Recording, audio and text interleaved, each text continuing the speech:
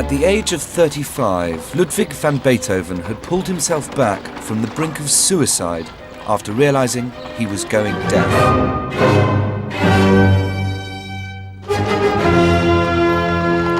He came through the trauma with characteristic defiance.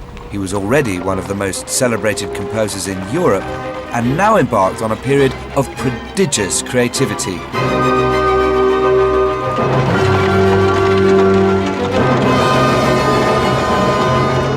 I think the originality and diversity of the music he kept creating were a direct consequence of his battle against the physical odds. It's almost as if he felt he was running out of time to express what it was he knew he had to express. The biggest and most immediate challenge facing him was the writing of an opera, the summit of ambition for any composer at this time.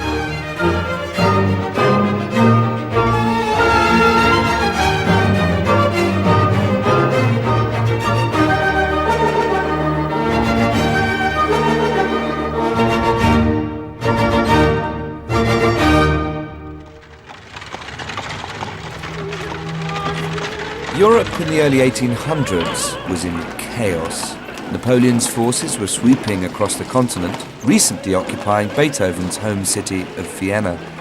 Although dismayed by this act of aggression, the revolution's ideals of freedom, truth and equality resonated with Beethoven, and within them he found inspiration for his opera entitled Leonora.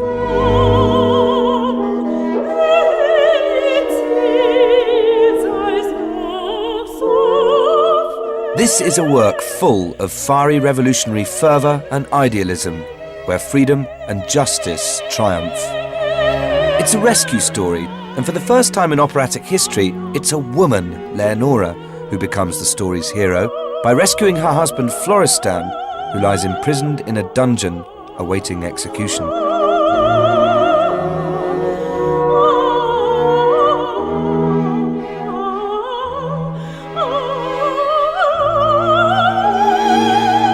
And while the opera had been inspired by the revolution, it also fell victim to it. Yes, the occupation had dire consequences for the opera. Most of his friends and supporters had already left the city, and the opening night audience was made up almost entirely of French officers. Unfortunately, it was only under half full. Not good for business.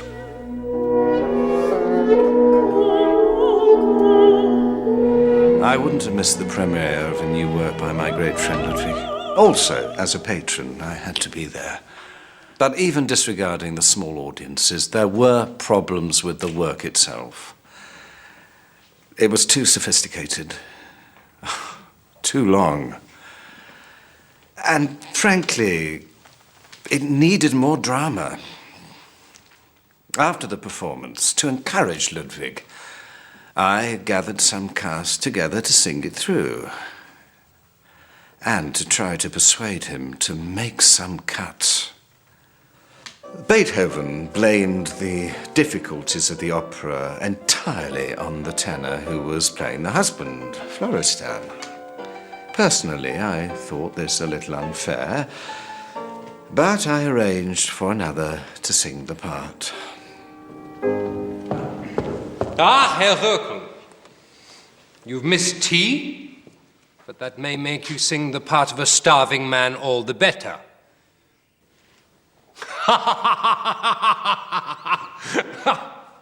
Let's start. Beethoven was prone to passionate outbursts, so I knew it would be a difficult evening. Florestan, Florestan. Hat recht getan.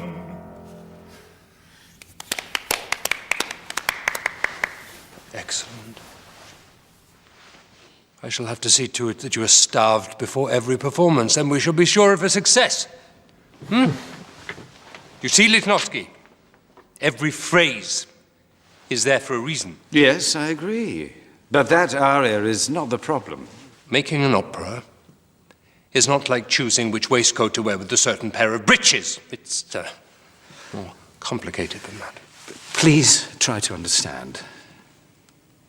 People want drama, not just clever music.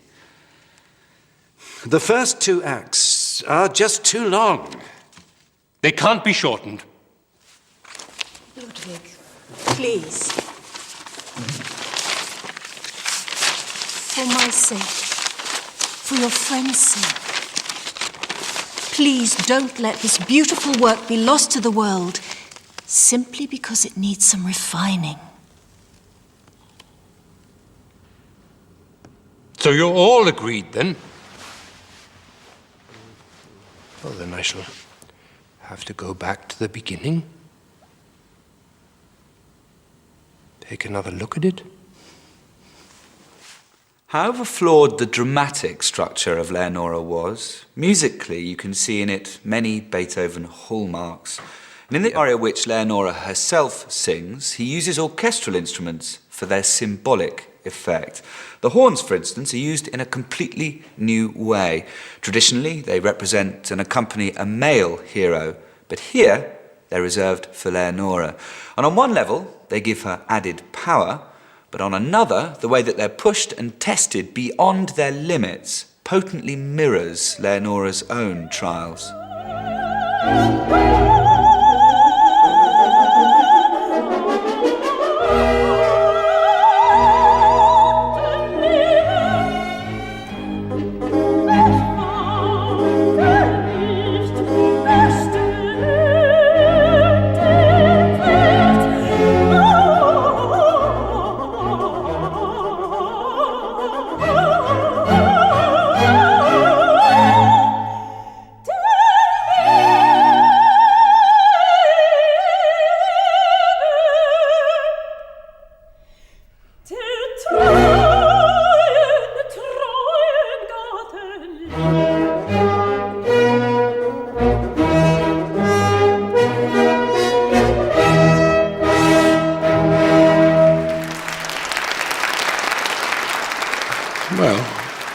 I suppose the shortened work was a reasonable success, but it made neither Beethoven nor my theatre a huge amount of money.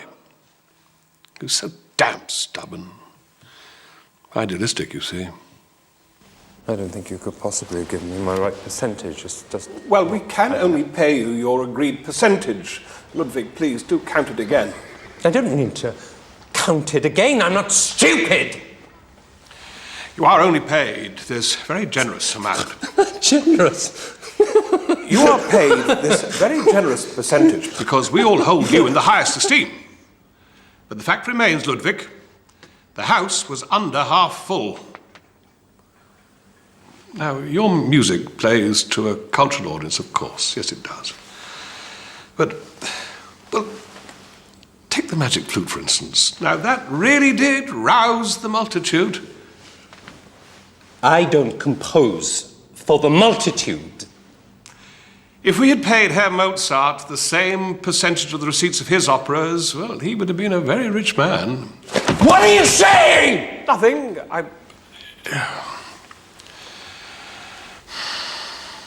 I think you should raise your Herr Mozart from the dead. Because the performances of this opera are finished. What do you mean? I mean what I said. Oh, now, Ludwig, please. Good day. Good God! Beethoven was true to his word and locked away the score of his opera, but he didn't forget it.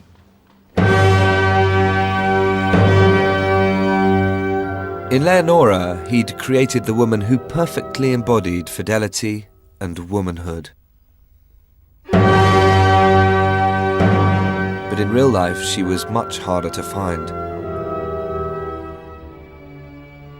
Herr Beethoven had a great liking for female society. If ever he saw a charming face, we would often share a knowing look. He was always falling in love, usually with his piano students, but generally the passion did not last long, and of course often they were already spoken for.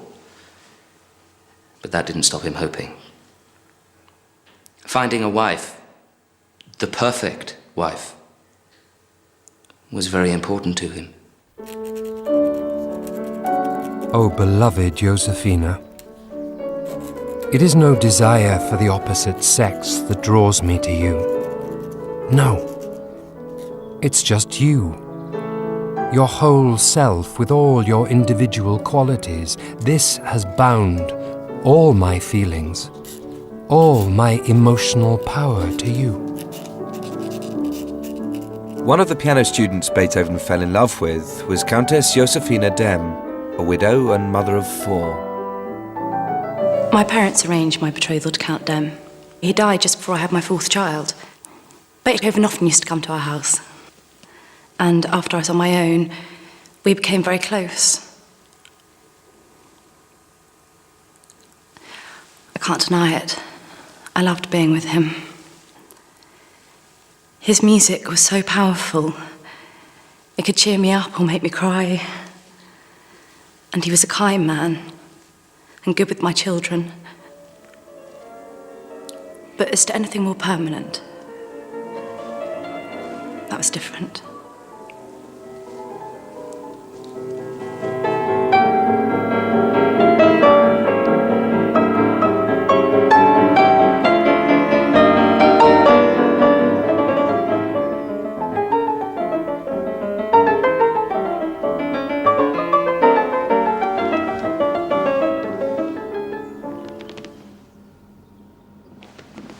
It's beautiful, Ludwig.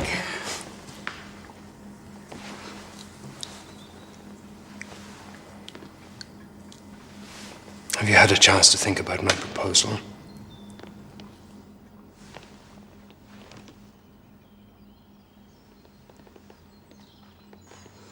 Do you not enjoy my company? You know I do. Do you not enjoy our lessons? Yes, of course. And I have the greatest respect and admiration for you. I see. Respect. Admiration. But not love. Yes. No. But I have my position, my children to think of. How would we live? These things cost money. Oh, I understand that. I do.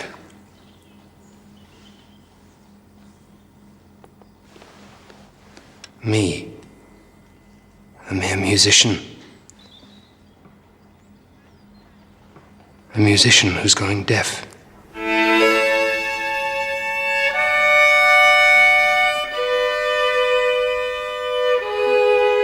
Countess Dem's refusal to marry dealt a crushing blow to Beethoven's hopes of finding love and marriage. Not only was his increasing deafness isolating him, but his uncertain financial status was also becoming an impediment to finding happiness.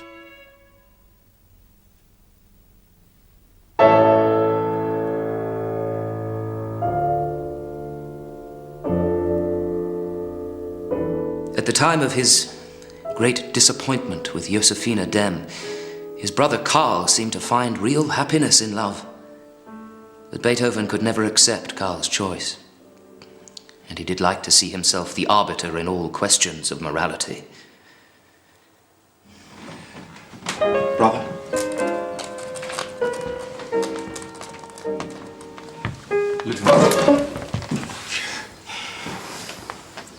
So, it's true then? Yes. We are to be married.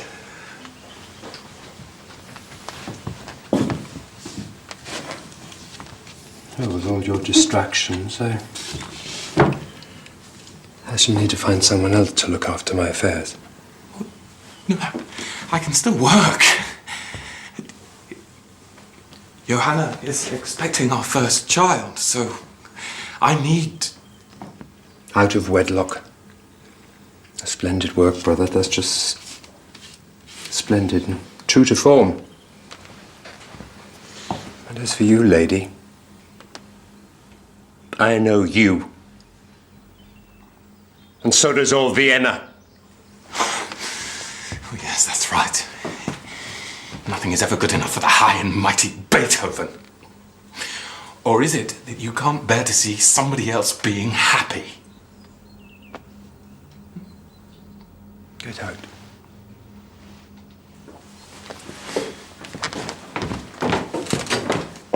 I knew him to be an unpredictable man. It is said men with great gifts have little time for pleasantries, but what had I done to deserve such harshness? And treating Carl, his brother, like an enemy. Perhaps I was not as fine a lady as the great composer was used to sharing company with. He made my head spin with his insinuations. Beethoven was intolerant of those who didn't live up to his own high moral standards, unable to reconcile real people, real desires, with his own idealized vision of women. Quite a beauty, isn't she?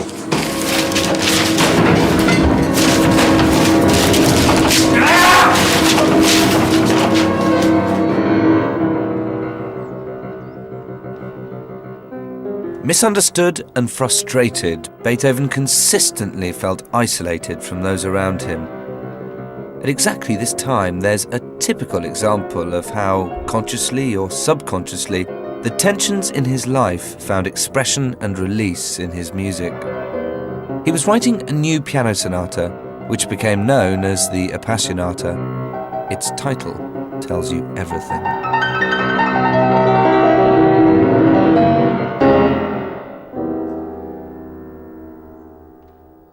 This is music of violent rage, tragedy, and despair. This sonata finds Beethoven in the depths of human suffering. The passion and turmoil caused by his failed love affair with Josefina and his ambivalent feelings towards his brother's happiness are woven into the very fabric of this music, which starts darkly at the lower register of the keyboard.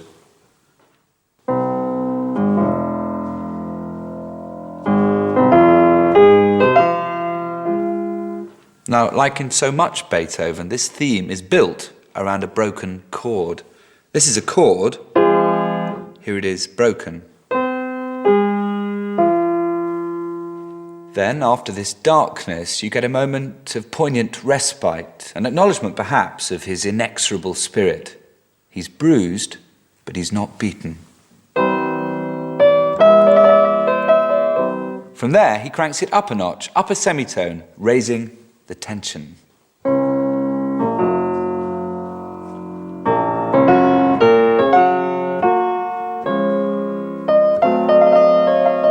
Now he explores that fragment.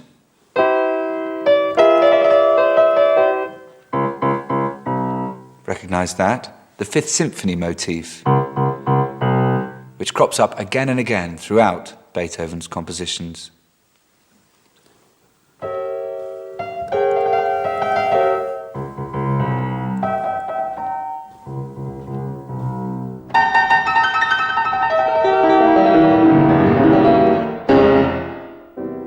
Darkness, misery, introspection, but determination. Beethoven's saying with this piece, I'm still here. This is my inner core, and I'm not ashamed to show it to you. And the tension between this despair and his innate musical strength light a touch paper so that the piece suddenly explodes.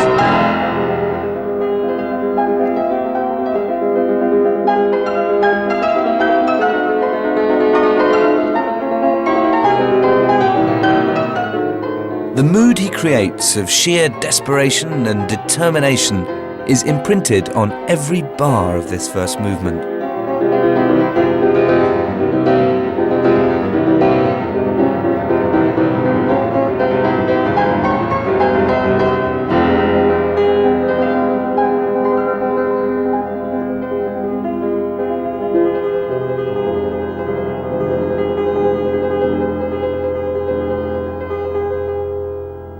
The Appassionata was created in stormy political times.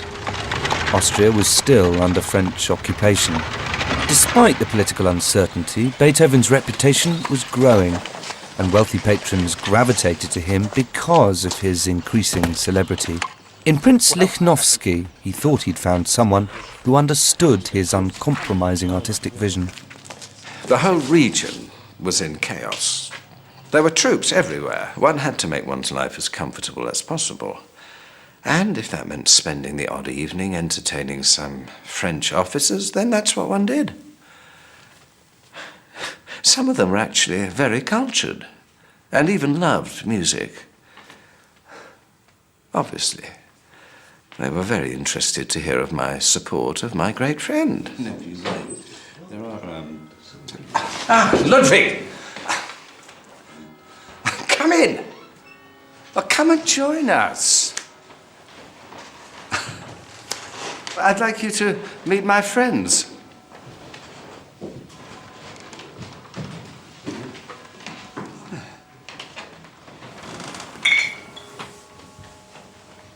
We never stop moving. You never know the next time you'll feel clean sheets or a comfortable bed. And that is until we stay here. Gentlemen, I propose a toast to our host.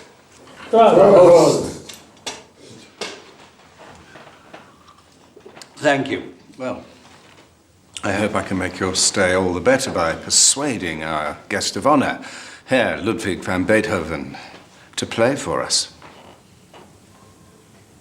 Oh, I'm very tired. I better go to bed. It's early. I have a very busy day tomorrow. A lot to do. Herr Beethoven, please. You would honor us with your playing. Play! Play! Play! Play! Play! Play! Play! Play! Play! Play! Play! Play! Play! A non-performing seal!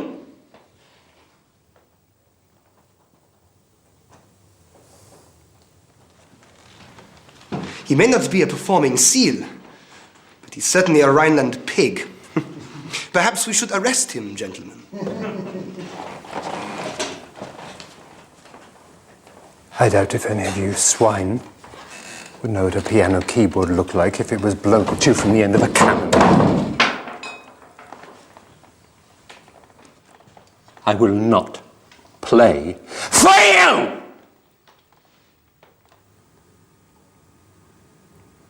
Nor will I play for your emperor,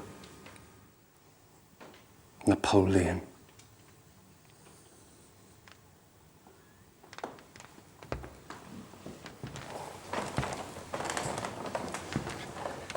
Can't your guest take a joke?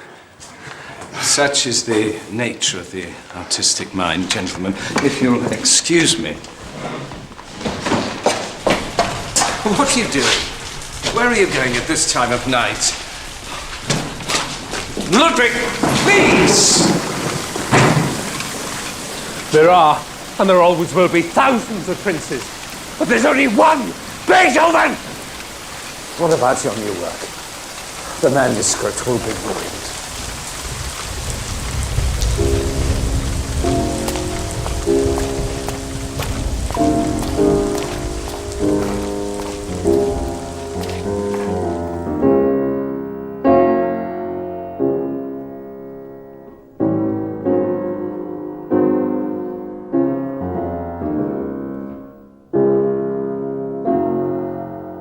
To this day, the rain streaks from that night can still be seen on the Appassionata manuscript.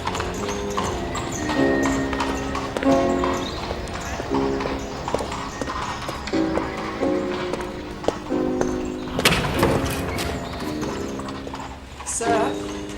Sir! This note arrived for you.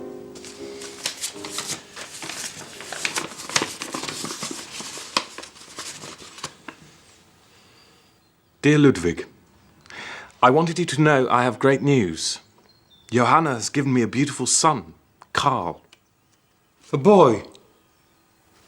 It's a new Beethoven. I hope you will visit and see your nephew soon. Beethoven refused to see his newborn nephew. Once again, his impossibly high and unrealistic moral standards short-circuited his natural feelings. For him, Johanna was simply not a good enough mother for the Beethoven family, and therefore he couldn't visit them. In fact, he didn't see his new nephew for 8 years. In the meantime, I think, he found an emotional substitute in his relationship with the teenage Archduke Rudolf, who was himself a talented musician, and who became his new patron.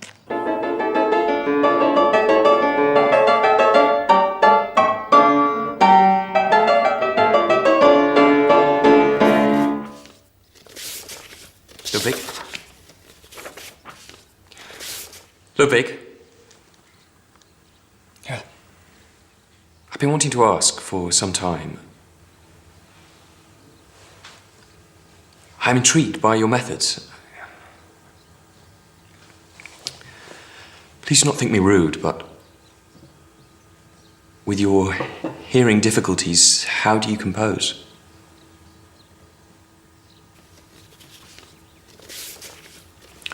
I'm sorry, that was out of place. I know there's much curiosity about me. Much tittle-tattle. Huh? It's true, many of the high notes are lost to me. And sometimes more. Both good days and bad days. And it doesn't affect me, though, as you might think. You see, all of the music that I write, I can hear. In my mind.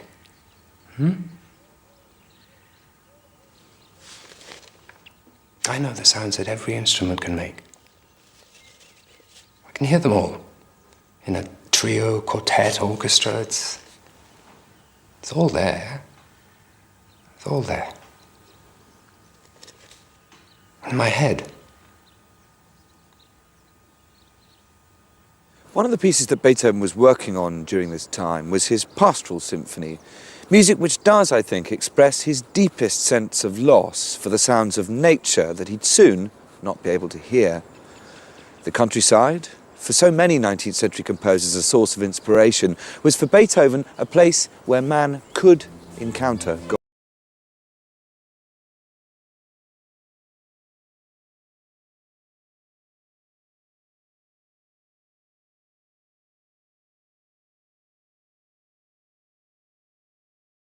Orchestral concerts were rare in the early 19th century. Beethoven's fame secured him a night in Vienna's most popular theatre, just before Christmas 1808. Even today, this concert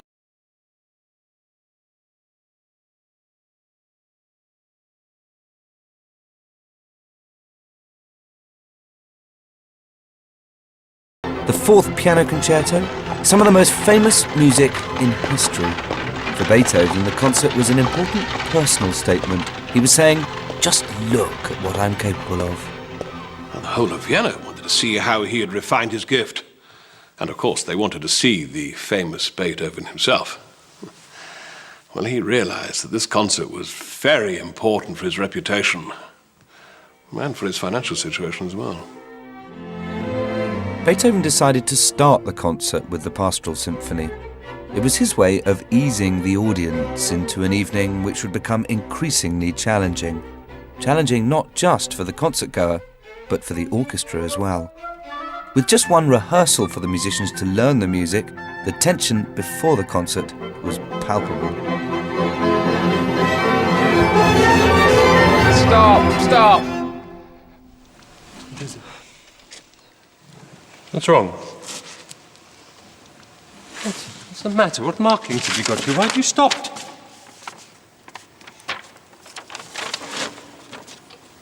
Really, Siegfried. Come on. I know it's early. Again. Well, he didn't make it easier for himself or others. Why have you stopped? What's wrong with you people? Beethoven's conducting style was so wild and hard to follow, and he was so demanding that eventually the orchestra refused to play if he was present. It was left to the unfortunate Ries to act as go-between.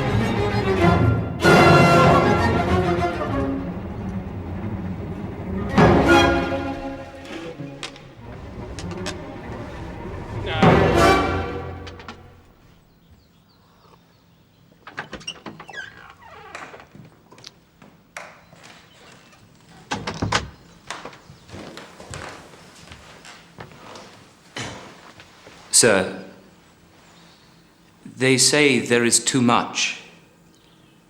There is so much new work, and it is too difficult. Beethoven, you know we only have one rehearsal, and the orchestra are merely human. Just tell them to play it exactly as I have written it.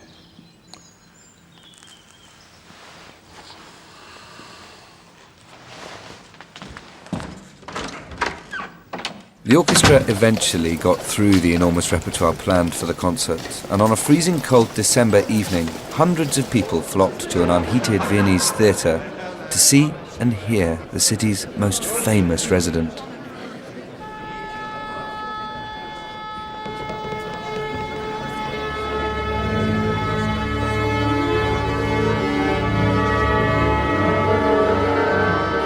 After the evocative lyricism of the Pastoral Symphony, Beethoven assaulted his audience with the violent Fifth Symphony, a kind of electric shock therapy.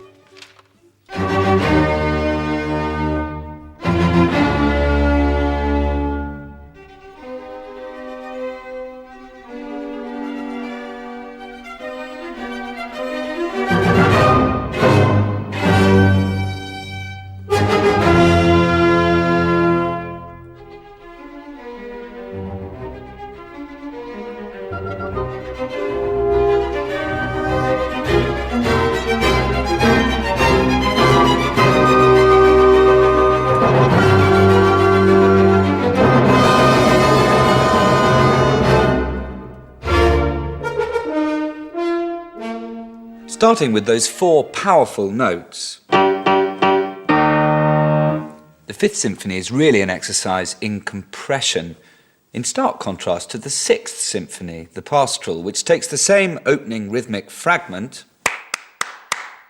and expands it. It's interesting to look at these two symphonies side by side, and that's how Beethoven saw them, very much as a pair. And where the Sixth Symphony is lyrical and expansive, the Fifth Symphony is brutal and compact and lacking in any obvious melody. And unlike any symphony that had gone before, the whole piece is one through line towards the exultant finale. Beethoven uses a variety of musical devices to bring about this tremendous sense of climax, but none more so than the use of that opening rhythmic device. It's everywhere, and in fact it pervades his entire compositional output. Near the end of the third movement, the scherzo, Beethoven strips the music right back, the timpani just keeping that rhythmic cell ticking away. And it's out of this sparse sound world that the fourth movement erupts, pushing decibel levels to new heights. You hear piccolo and trombones for the first time in a symphony, and the whole orchestra explodes in this climactic finale, where Beethoven is taking us from minor to major, from darkness to a blaze of light.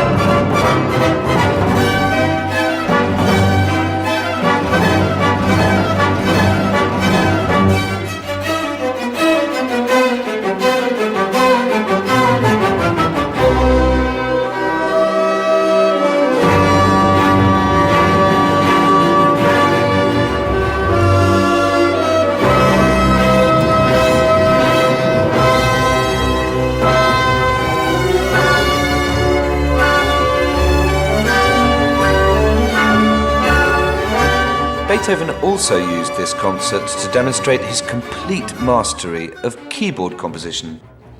The Fourth Piano Concerto signalled a startling new era for the role of the piano in a concerto.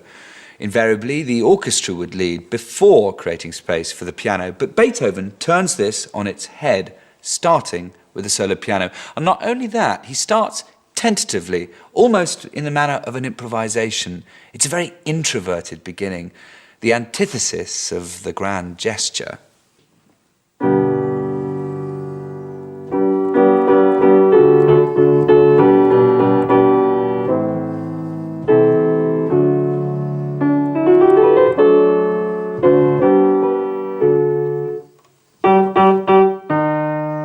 Fifth Symphony, Fourth Piano Concerto. Invariably, it's somewhere close.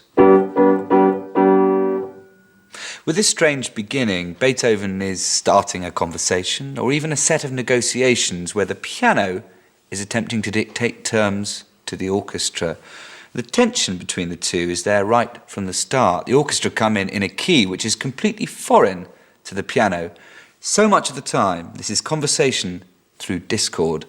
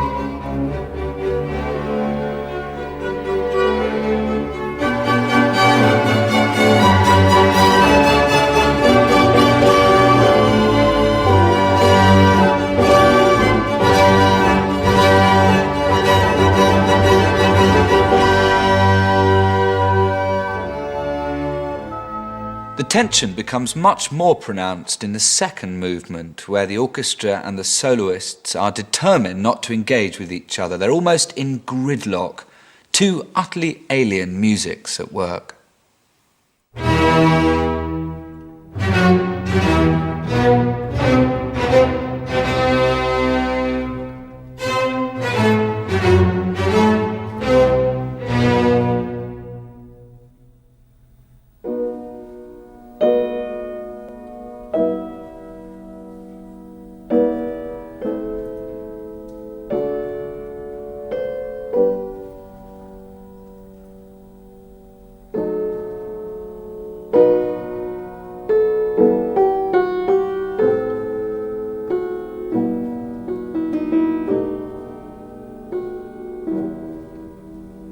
When the piano finally breaks out, it does so in a very unusual way, sounding almost unlike anything which has gone before. And now the gulf between soloist and orchestra seems almost unbridgeable.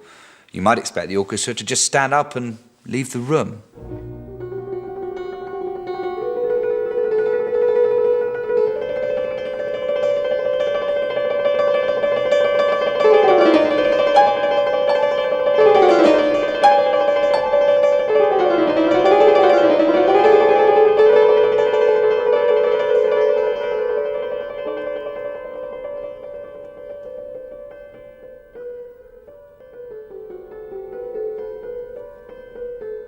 Eventually, though, Beethoven brings about resolution and reconciliation. The piano and the orchestra unite to allow for the catharsis of the last movement.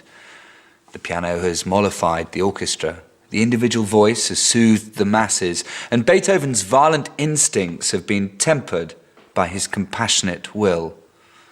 It's a very accurate self-portrait in music.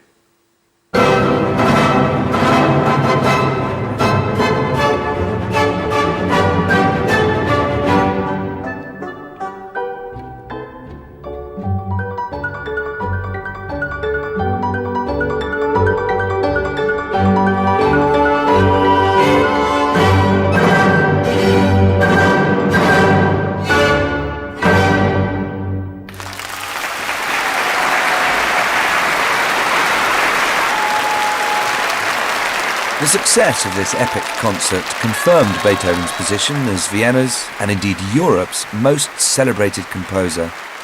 But his financial situation was precarious. The concert didn't make Ludwig the money he wanted, and even deserved. And an offer had come through for a job working away from Vienna. So he soon let all his patrons, including me, know that he might desert us. Of course, we had to do something. You must understand I need total artistic freedom. Yes, it's all fine, Ludwig. I need to travel whenever I want. Have benefit concerts when I need them. It's all in the annuity contract. All we ask is that you agree to continue to live in Vienna.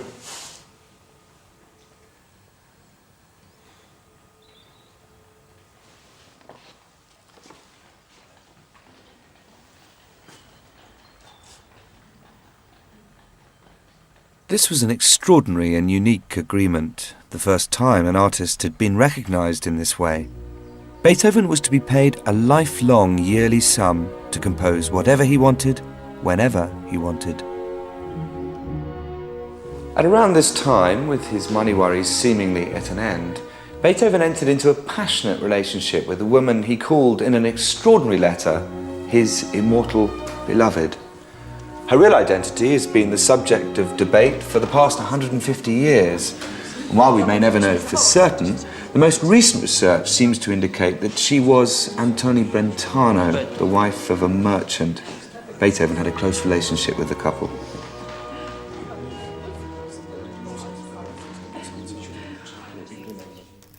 My angel, my all, my very self, much as you love me, I love you more. I can only live either wholly with you or not at all. No one else can ever possess my heart. Never, never. Your love makes me at once the happiest and the unhappiest of men. Continue to love me. Never misjudge the most faithful heart of your beloved. Forever yours, forever mine, forever us, Ludwig. I was ill because I didn't want to leave Vienna. My husband's work meant that we had to go and live in Frankfurt, and I just couldn't bear it.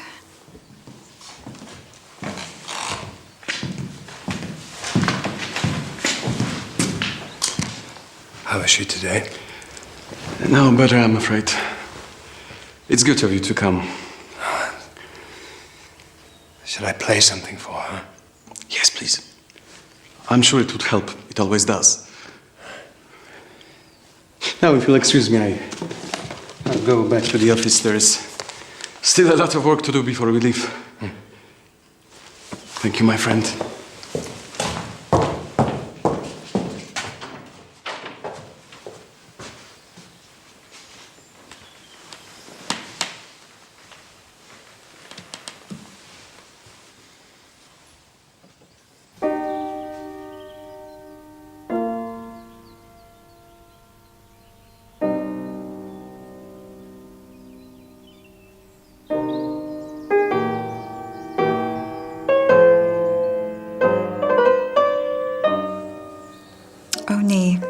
Ludwig comforted me. His music told me everything about his feelings for me, and I would have given up everything for him.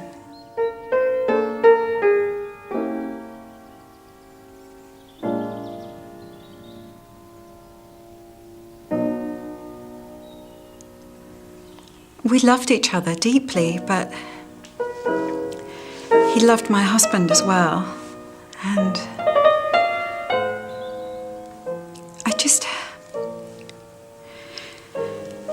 I just don't think he felt able to cause so much pain to a friend.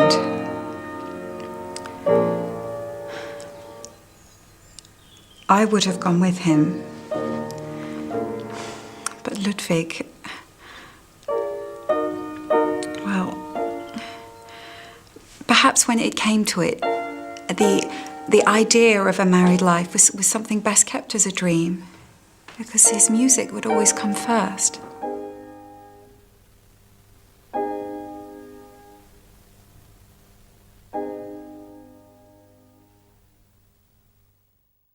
I may no longer be a man, not for myself, only for others.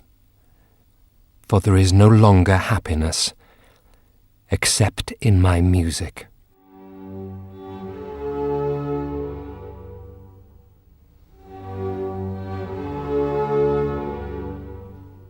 Beethoven was devastated by the breakup of the affair. It put an end to the illusion that he could ever find a normal family life. And I don't think it's a coincidence that at this time his hearing began to deteriorate more rapidly. Added to this, the money from his special contract with his aristocratic patrons had stopped. The effect of crippling inflation under the rule of France meant his backers couldn't keep up their annuity payments.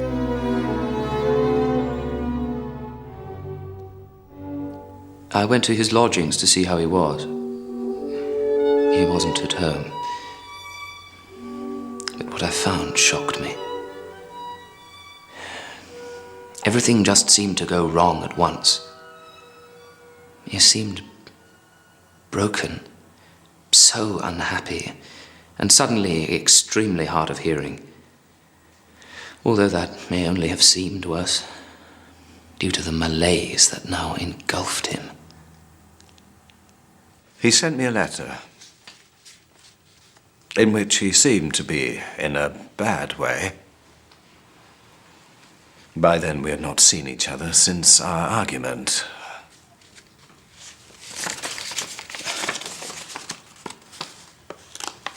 A number of unfortunate incidents which have occurred one after the other have really driven me into a state bordering on mental confusion. He complains of a thoroughly lacerated heart. By all accounts, he had become so neglectful of his person as to appear positively dirty.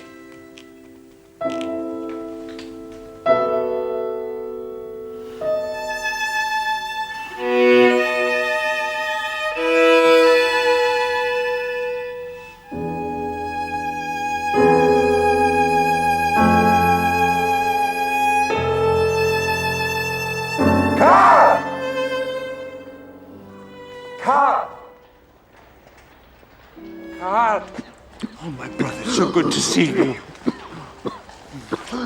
What is it? What's the matter? Are you sick? What's wrong with your father? Tell me. Well, speak up! I'm your uncle. Yeah, Uncle Ludwig. What is it? What ails you? Come on. Is this where you A chance meeting with his brother Karl, now ill with tuberculosis, gave Beethoven the opportunity to claw back his family in the most extreme and desperate way.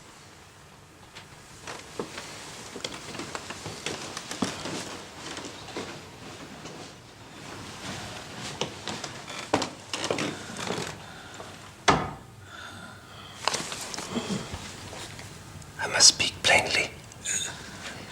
The reason you are in trouble is that Johanna has none of the qualities that make a good wife. None. Don't worry. I will look after little Karl. But you must make me the sole guardian.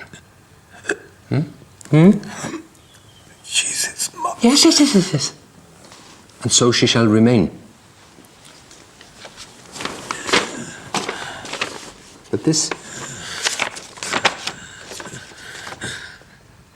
document will give me certain rights, you see, to look after your interests, you, the father, the Van Beethovens. So, here, Karl.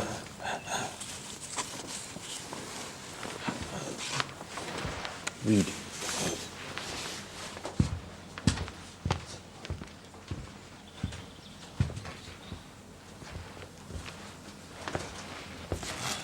No, sign, Carl. Carl. That's right. Much as I am convinced of the open-hearted disposition of my brother Ludwig van Beethoven, I desire that after my death he undertake the guardianship of my surviving minor son, Karl von Beethoven. I do not know what drives a man to want to separate a child from his mother. I can only think that he wanted a family of his own, so mine was the obvious choice. Pushing my weakened husband, who, so close to death, could not stop him, was beyond worldly explanation. Beethoven's behaviour seems incredible to us now, but he genuinely believed he was protecting his family from a woman who he saw as a completely unsuitable mother. And by a bizarre twist of fate, his belief in his own rectitude and his sense of his standing as an artist were about to receive the most colossal boost. His freedom opera, Leonora, was chosen to be performed before the crowned heads who were assembled for the Congress of Vienna, which redrew the map of Europe after Napoleon's downfall.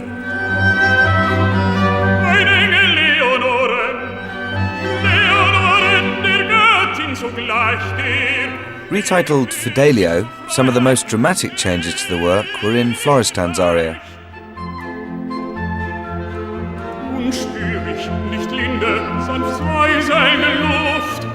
He places extra emphasis on the word Freiheit, or freedom, in an incredibly high-pitched conclusion that's almost impossible to sing at the very limits of a tenor's range, forcing him, like Florestan, into a state of exhaustion and physical breakdown.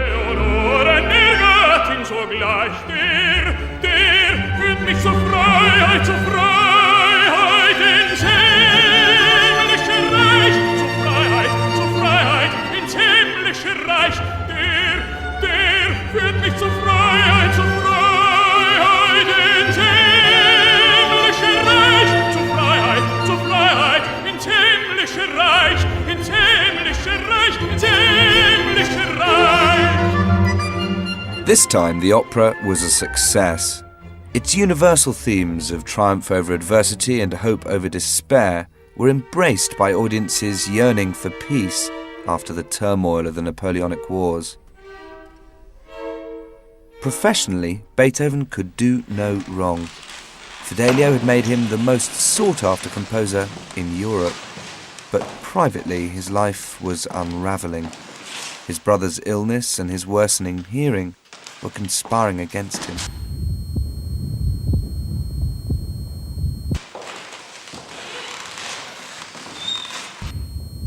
Good evening. Welcome. Please,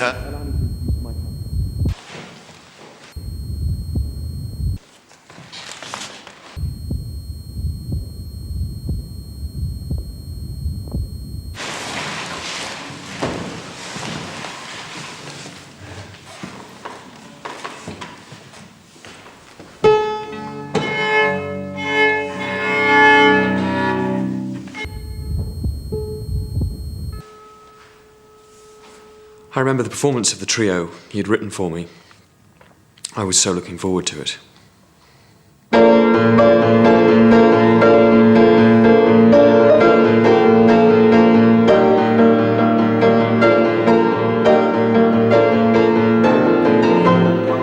In certain passages, my dear friend pounded on the keys until the strings jangled. And in others he played so softly that whole groups of notes were omitted, so that the music became unintelligible.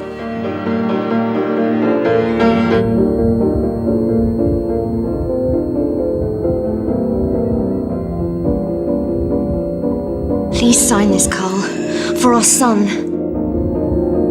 Give me your hand.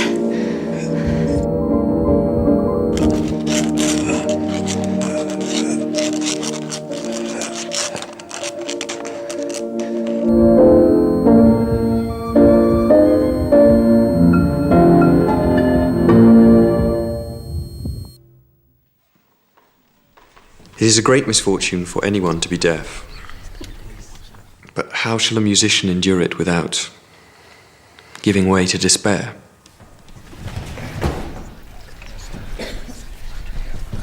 I have found it necessary to add to my will that I by no means desire that my son be taken away from his mother, but that he shall always remain with her, to which end the guardianship of him is to be exercised by her as well as my brother.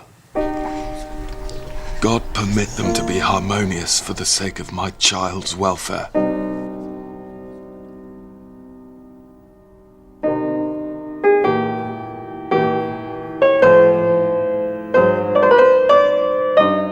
Humiliated, Beethoven never performed in public again.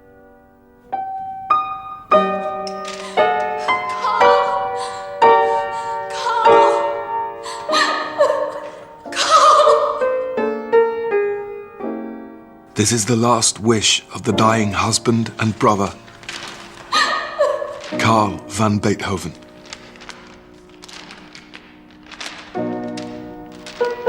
With his brother's death, Beethoven's incredibly productive and innovative heroic period was over.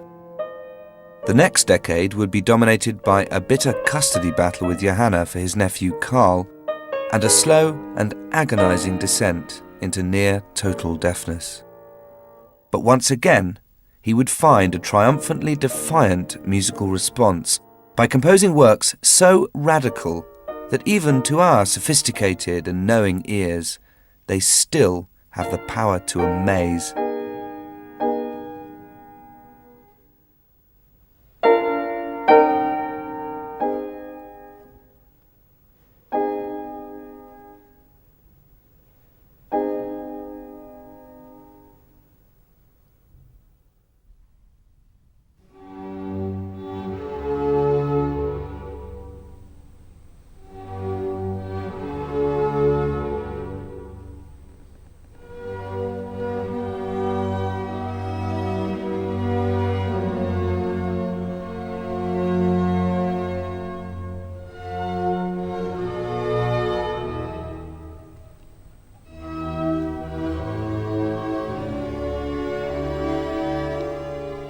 And you can hear the whole of the Piano Concerto No. 4 as it would have sounded at its premiere, with Beethoven uncovered on BBC 4 now.